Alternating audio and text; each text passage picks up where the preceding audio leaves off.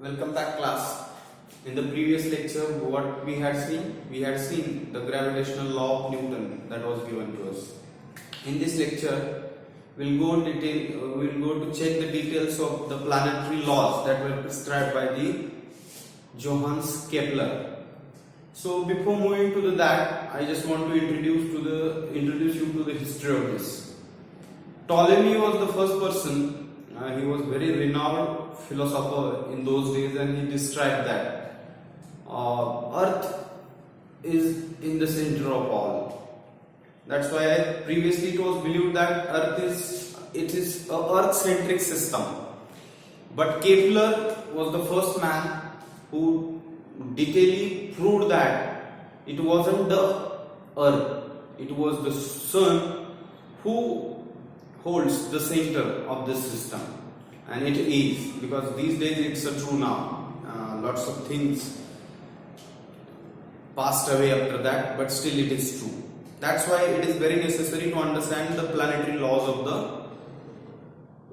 Kepler. So before moving to it, I just want to introduce to you a concept called an ellipse, because if you want to understand the law of Kepler, you have to understand first of all what is an ellipse. So let's discuss what is an ellipse. Simply, when you cut the cone, when you cut this cone at any given point of angle, you will get, simply suppose you are cutting it, framing a circle like this center, so you get a portion, and that portion is called an ellipse. Okay. So how the ellipse looks, students? First of all, we'll check how the ellipse looks. Okay. So let's check how the ellipse looks. Okay. You can check this. This can be the size of an ellipse. It is not a circle, student. Okay. You can't call it a circle because you can check the shape of this figure. Why you are calling it ellipse, and what is the difference between a circle and an ellipse? Okay, suppose this is your circle, student. Okay, and it has a middle point called center, and everything you are drawing it to the point, up to the point on circle. So these all are having same length, means all the radiuses of the circle are having same length. Suppose O is the center, and this is P, this is T, this is Q. So OP is equal to OT is equal to OQ, right? So this is what happens in case of circle, but it can't be happen in case of an ellipse. So how is an ellipse is a different case as compared to the circle? We'll check first of all. An ellipse always has two focal points, student. Okay. An ellipse always has two focal points. Let's check it. Suppose this is focal point 1, this is focal point 2. So ellipse has two focal points and two axes. Okay.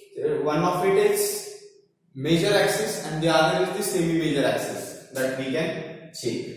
So ellipse has two focal points and two axes presented in the ellipse. So let's check how this ellipse is important for us, because as you have heard about an orbit. Okay, so what is an orbit and how orbit is very important, okay, for us to understanding this concept.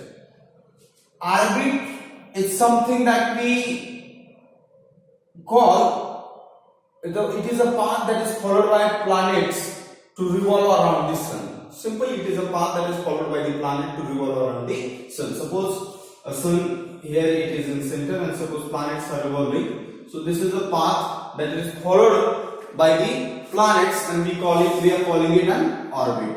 So orbit of the planet is an ellipse was the suggestion by Kepler in the first law. So first law of the Kepler. So first law, what he was recalling, student, is that orbit of the planet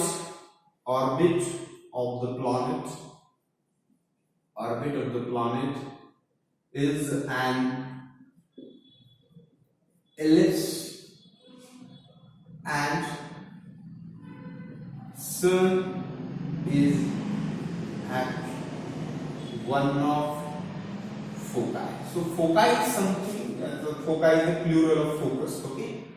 What is focus you know very well, and foci is the plural of focus. So first law, in his first law, Kepler state here that orbit of the planet is an ellipse and Sun is at one of the focal points. Let's check by drawing an ellipse student over here. You can check this. I have drawn an ellipse over here. So check the two focal points. Okay, suppose this is F1 and this is F2. So planets are always revolving around the Sun in elliptical path. Simply orbit of the planet is an ellipse. Sun is at one of the foci, means suppose Sun can be here. Sun can be here also. And suppose you want to mention the planet. So this is a planet which is revolving around the Sun, right? And Sun can be at one of the focal point. So that is all about the first law that was given by the Kepler. Orbit of the planet is an ellipse and Sun is at one of the foci. I hope you understood the first law that was given by the Kepler. So simply orbit of the planet is an ellipse and Sun is at one of the foci. Now let's check the second law that was given by the Kepler student. Okay, let's check how Kepler states the second law. The second law of Kepler. Before moving to the second law, we must notice here that we understood about the ellipse. And let's draw one more ellipse to understand this. Suppose Sun is at this focal point. This is the focal point where Sun is located. Planet is revolving in this orbit. Okay, this is one planet. Might be you can draw other planet. So you can write one more. So as you can draw all the ellipses over here to suggest the orbital revolving of the planets around the Sun. So simply we have taken this one also. Before going to the second law, we must notice that suppose you can draw a line that joins planet to the Sun. Suppose planet reaches over here and you have drawn a line over here. This planet comes here. Okay, you can join the line. This planet reaches over here and you have to join this line. What is the solution that I would like to give you over here for understanding this law? The law that comes out after this suggestion, we must notice over here. The line joining planet and Sun sweeps equal area in equal interval of time. I hope you understood the second law as well. You are feeling over here that planet is close to the Sun because it is coming, because you are aware that though it is an elliptical path, planet can be close to the Sun, planet can be away from the Sun. So here planet is very close to the Sun and here planet is at the distance level from the Sun. So you are believing that this is the distance that planet has traveled within a month, and suppose for traveling this distance also planet took 1 month. So this is a point here and this is AB and this is PQ. So the area FPQ must be equal to area AFB. Why I am telling this?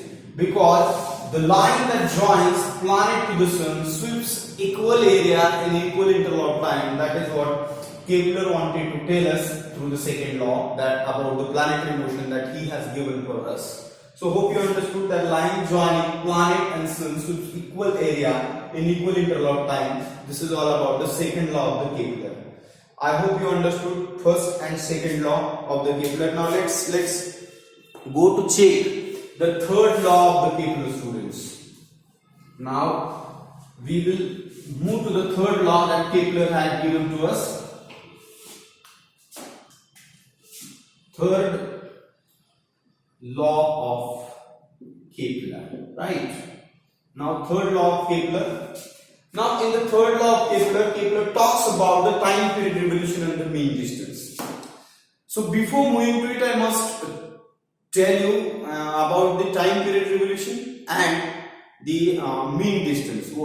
These two concepts must be clear before understanding the third law. So before moving to the law, we will understand the two concepts calling mean distance and time period revolution. What is mean distance? I told you that orbit of the planet is an ellipse and sun is the one of the focal point. So suppose sun is here. So planet revolving around the sun might be here, might be here, might be here. So the distance that it stretches from the sun cannot be equal. So distance varies because it is an elliptical path. So it is very necessary to take the mean distance. Simply mean distance means the average distance of that planet and sun. Means from planet we have to take the average distance of the sun. You can calculate it by the semi-major axis of the ellipse. So you can take the mean distance simply from the planet to the sun. So for understanding it, what is the mean distance? Simple word you should take in your mind is average distance we have to take. What? Average distance. And let's check the next concept, that is the time period revolution. We all know that Earth takes almost 365 days to complete one revolution around the sun. So that is what we are calling is the time period that Earth is taking to complete one revolution around the sun. So that time we are calling, student, time period revolution. So now the law that comes out is this square of, now we are just talking about the law, student. The square of its time period revolution. The square of its time period revolution is directly proportional to cube of the mean distance. Cube of the mean distance.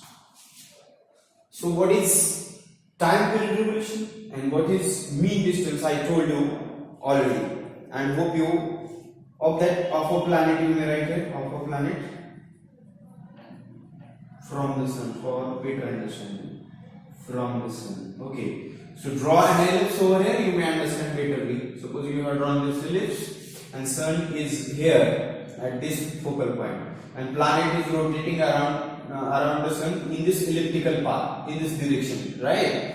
In this direction planet is rotating. So simply the planet is very close to the sun here this point, but it stretches over here. You can notice and understand that there is a difference in the distance between the planet and the sun there. So for understanding this concept, we understood about the mean distance. So we have to take the mean distance, and whatever the time that it takes to complete one revolution can be considered in the time period revolution. So simply we are calling time period revolution as T. Okay, T is simply time period revolution.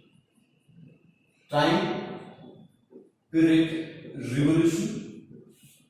And R is the mean. Mean simply means average distance, student. Mean distance, right? So square of it is directly proportional to the mean distance cube. So generally we can come to the point that T square upon R cube is equal to constant, and that is Kepler's constant, student. So hope you have understood the third law of Kepler as well. Kepler stated over here that the square of its time period revolution is directly proportional to the cube of the mean distance of a planet from the sun. Here we have considered T as a time period revolution, that is simply a planet that has taken a time to complete one revolution. And secondly, we have taken the mean distance, simply mean distance distance of the planet from the sun we have taken, because path that planet has followed is an ellipse. So hope you understood the third law of Kepler over here, that Kepler's law of planetary motion I have stated over here, and thank you for watching this and understanding this.